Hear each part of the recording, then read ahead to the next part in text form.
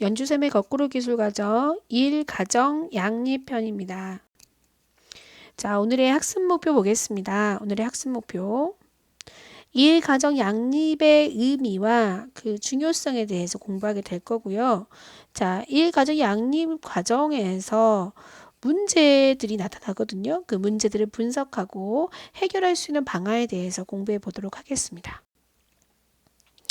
자, 1 가정 양립이라고 하는 것의 정의부터 좀 보도록 할게요. 자, 직장에 다니면서 일을 하자. 그리고 우리가 가정에서 가정생활 하죠. 자, 이 두 가지의 어느 한쪽에 너무 쏠려서 치우치지 않고 조화와 균형을 이루면서 일과 가정생활 모두에서 만족을 느끼는 상태를 1 가정 양립이라고 합니다.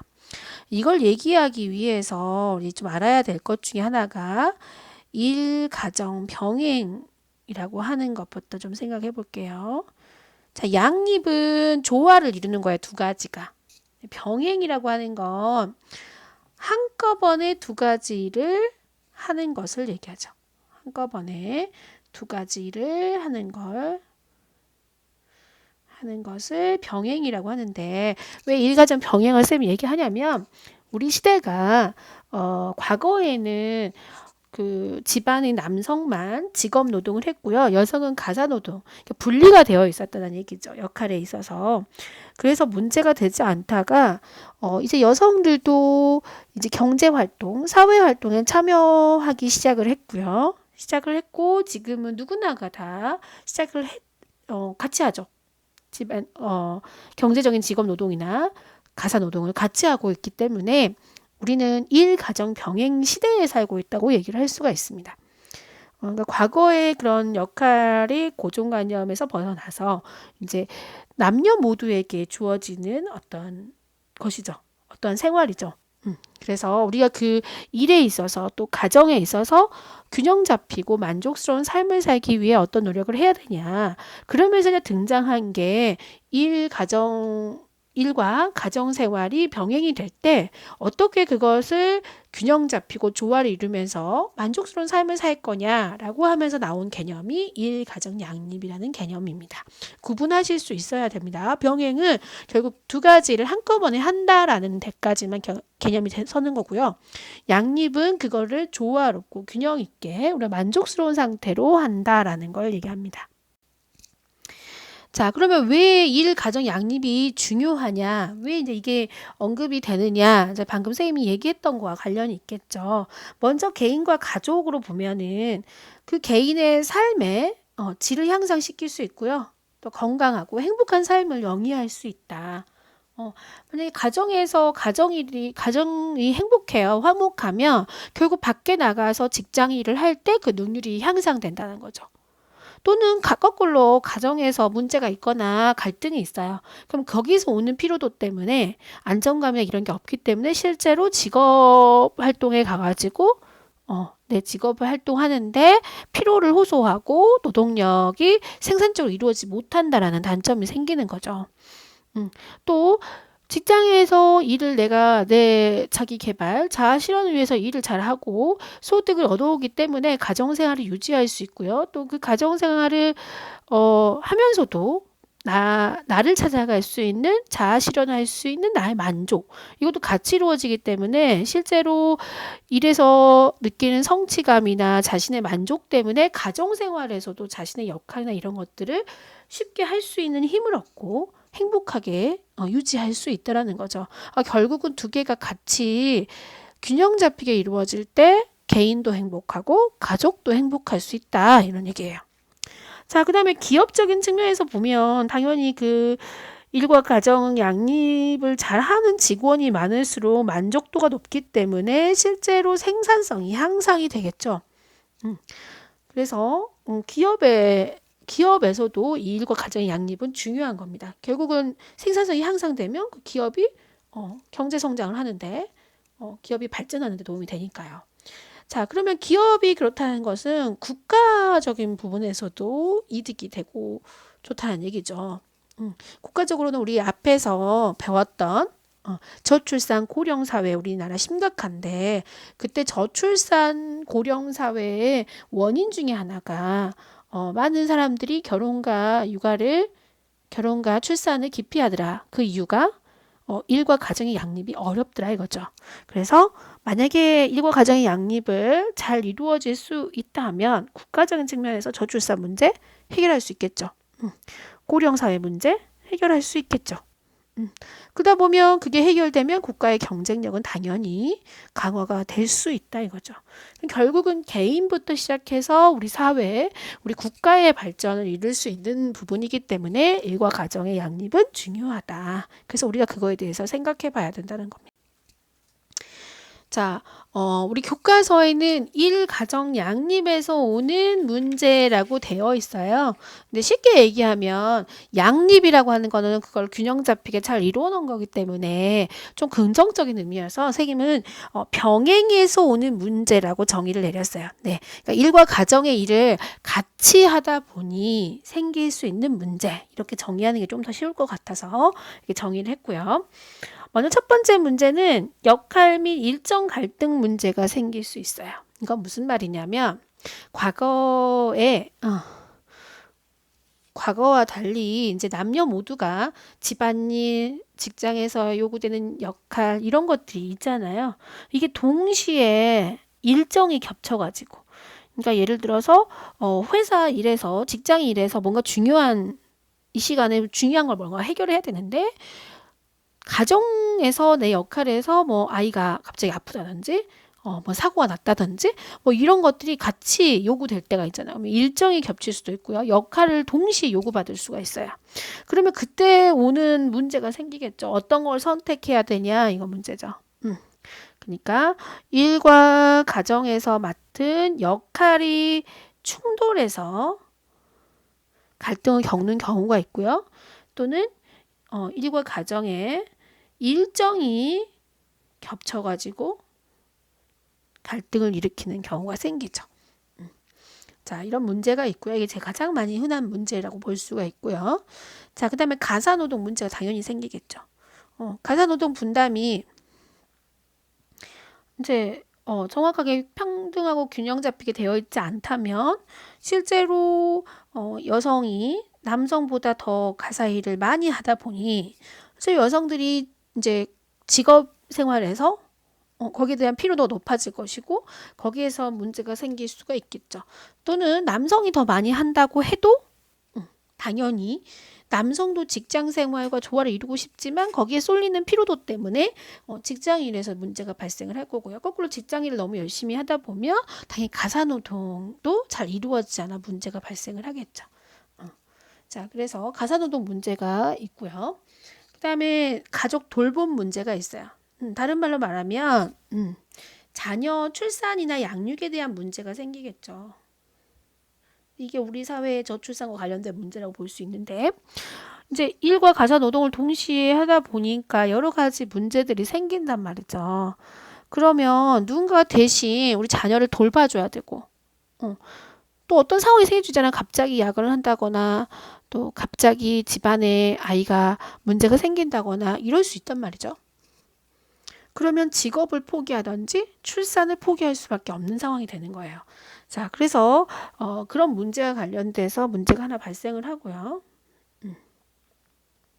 또는 뭐 부모님이 나이가 드셔가지고 우리나라 고령 사회이기 때문에 당연히 노인의 인구가 많다 보니까 이렇게 나이가 드신 부모를 돌봐야 되는 문제, 부양해야 되는 문제, 경제적인 부담뿐만이 아니라 뭐 의료적인 부분. 이게 뭐 부모님이 치매가 왔어요. 그러면 그 치매 온 부모님이 갑자기 사라진 거죠. 근데 직장에서 내가 일을 하고 있는 시간이에요. 이게 동시에 어떻게 그거를 해결하기가 어렵잖아요. 누군가 대신 돌봐줄 사람이 필요하다는 얘기인데 이런 문제들이 일반적으로 일과 가정을 병행하다 보면 발생할 수 있는 문제가 되죠. 이런 문제들을 좀 생각해 볼 거고요. 그러면 이런 문제가 왜 발생하냐 그 원인을 좀 정리를 해볼게요. 자, 원인 처음에 이제 개인적인 차원에서 원인을 좀 생각해 볼까요? 우리는 과거에 남성은 가계를 부양하는 경제활동을 하는 사람이었고 여성은 가사나 육아를 담당하는 가사나 육아를 담당한단 말이에요. 그런 집안일을 담당하는 사람으로 여겨져 왔어요. 근데 아직도 그 고정관념이 유지가 되는 거죠. 유지가 되다 보니까 뭐 일반적으로 가정에서 뭐 남편이 나는 밖에 일하는데 힘들어 라고 하고 가사 일을 분담을 안 한다거나 역할 분담을 안 한다면 당연히 아내는 부담감이 생기겠죠. 가사도 맡아야 되고 육아도 맡아야 되고 직장생활도 해야 되고 그러면 또 뭔가 직업적인 생활을 포기해야 되는 상황이 생기고 자 그러다 보니까 결국은 성 역할에 대한 고정관념이 변했는데 양성평등적으로 변했는데 그게 아직도 유지된다는 얘기죠. 고정관념이. 그러다 보니까 균형 잡히게 역할 분담이 제대로 되어 있지 않더라. 역할 분담이 잘 안 돼서 이 과정의 양립이 어렵더라 이거죠.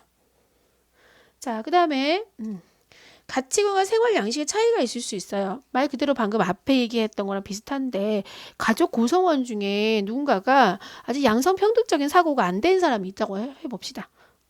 그러니까 뭐 직장을 그만두고 뭐 가사 일에 충실하라든지 또 이런 식으로 나올 수도 있고 또 예를 들어서 부부는 뭐 가정 양립을 위해서 남편과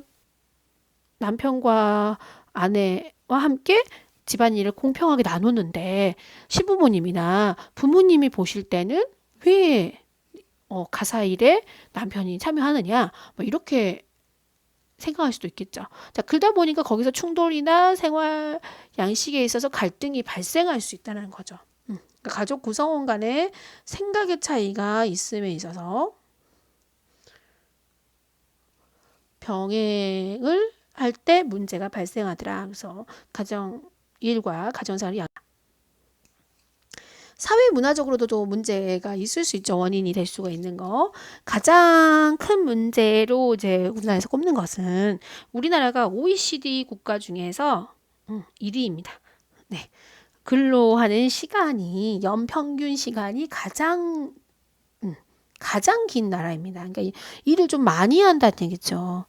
그러니까 장시간을 근로를 해야 된다라는 조건을 갖고 있기 때문에 당연히 그 피로도 때문에 집에 들어오면 당연히 그 피로가 누적돼서 가사일, 육아, 가족 간에 대화하는 시간 이런 게 부족하겠죠.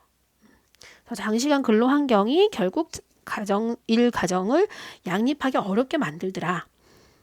그 다음에 이 사회 문화적으로도 양성평등에 대한 개념보다는 양성 불평등한 개념으로 고용 환경이 되어 있더라는 거죠. 그러니까 출산과 육아가 있다 보면 출산과 육아 때문에 남성보다는 여성이 경력이 끊기거나 경력이 단절되거나 또는 이제 경력이 단절되다 보니까 과거에 좋은 대학 그다음에 좋은 회사에 취업했지만 결혼과 육아로 인해서 잠시 휴직을 한다거나 일을 쉰다거나 해가지고 결국은 다시 새로운 직장을 들어갈 때 비정규직으로 들어간다거나 또는 실제는 사무직 이런 거였는데 서비스직 같은데 더 그냥 알바처럼 일을 한다거나 이제 이런 것들이 늘어나다 보니까 실제로 경제적으로도 나라의 국가 경쟁력으로도 문제가 되는 거죠. 훌륭한 인력을 우리가 사용하지 못하는 상황이 벌어지더라 이거죠. 자, 그런 고용 환경이 되었기 때문에 출산과 육아로 인해서 휴직을 한다면 뭔가 좀 피해를 입는 그런 환경이기 때문에 그렇다. 그 다음에 제도 활용에 대해서 아직 인식이 부족하더라. 특히 이제 육아휴직이나 다양한 근무제들이 있는데 그런 근무제들을 기업에서 잘 활용해라. 적극적으로 활용을 권장하지 않는다거나 활용을 했을 때 뭔가 피해를 준다거나 무언의 피해를 준다거나 또는 그런 제도가 있음에도 직접 모르는 사람들이 많다거나 홍보가 부족해가지고 자 이런 문제가 생길 수 있는 거죠. 자, 그 다음에 양질의 보육 서비스가 부족하다는 거죠. 당연히 이제 핵가족화가 되었기 때문에 과거에는 대가족이기 때문에 부모가 만약에 부부 둘 다 일을 나간다면 당연히 집에 남아있는 할아버지 할머니 조부모 또는 직계가족의 뭐 이모 고모 삼촌 이런 사람들이 있기 때문에 대신 아이를 돌봐주거나 해줄 수 있는데 지금 핵가족이기 때문에 부부 둘 다 나가버리면 아이는 누군가가 돌봐주는 시설이라든지 보육시설이 있어야 되고 서비스가 필요하다는 거죠. 근데 이제 거기 그런 서비스나 시설이 지극히 부족하고 최근에 뉴스에서 나왔죠. 그 어린이집 원장쌤이 아이가 잠을 안 잔다고 이불을 뒤집어 씌워가지고 발로 밟는다든지 이런 식으로 학대가 가해진다거나 이게 안전하지 못한 서비스를 우리가 받고 있는 거잖아요. 그러면 불안해서 내가 보육시설에 보내기 어려우니까 내 일하는 걸 줄이자 이렇게 될 수 있는 거죠. 그러다 보면 이제 부모가 자기 개발이나 이런 자아 실현에 만족감을 얻지 못하고요. 그러다 보니까 양질의 보육 서비스나 시설이 부족하기 때문에 이런 문제가 발생하는 것이다. 자, 그러면 이런 개인적 차원의 원인이나 사회문화적 차원의 원인이 있기 때문에 일 가정 양립에 여러 가지 문제가 발생하더라는 거죠.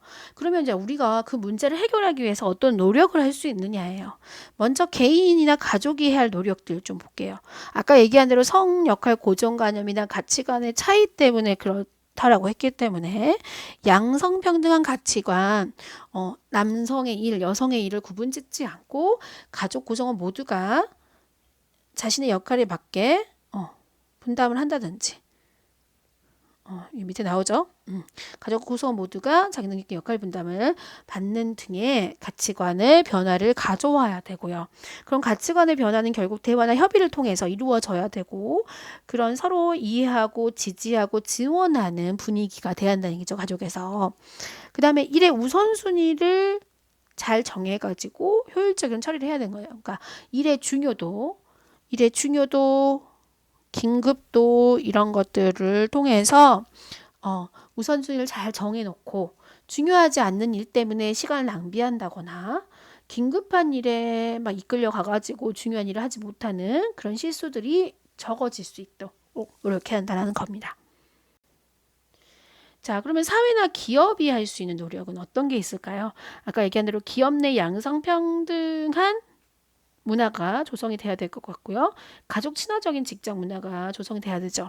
그래서 이제 나라에서도 그 매주 수요일은 가족 사랑의 날이라 해가지고 야근을 하지 못하도록 제도적으로 장치를 하고 있는데 그런 것들. 그런 게 잘 돼 있는 기업은 이미지도 좋아지겠죠. 그 기업은 직장 생활을 하면서도 가정 생활을 잘 유지하기에 좋은 기업이다라는 이미지가 생기면서 거기에 대한 그 기업에 대한 좋은 인식이 그 기업의 경제적인 것도 도움이 될 수 있더라 이거죠. 그 다음에 유연근무제. 그러니까 내가 원하는 시간에 출퇴근을 해가지고 그 출퇴근한 시간 기점으로 내가 하루에 해야 될 일을 한다든지 그러니까 내가 아침엔 좀 늦게 와더라도 저녁 늦게까지 일을 한다든지 아니면 나는 아침에 좀 일찍 와서 좀 퇴근을 빨리 한다든지 이런 걸 시차 출근제라고 하거든요. 또는 선택 근무제 이런 것들을 통해서 또는 요즘 재택근무, 원격근무 이제 코로나로 인해서 많이 활성화되긴 했지만 이런 것들을 사용한다거나 육아휴직제, 직장 내 보육시설을 가지고 있는 그런 기업들도 있거든요. 그런 기업들을 많이 늘린다거나 이런 것들을 적극적으로 하도록 권장하도록 활용하도록 그래도 피해가 가지 않도록 이러고 하는 문화가 생겨야 되고요.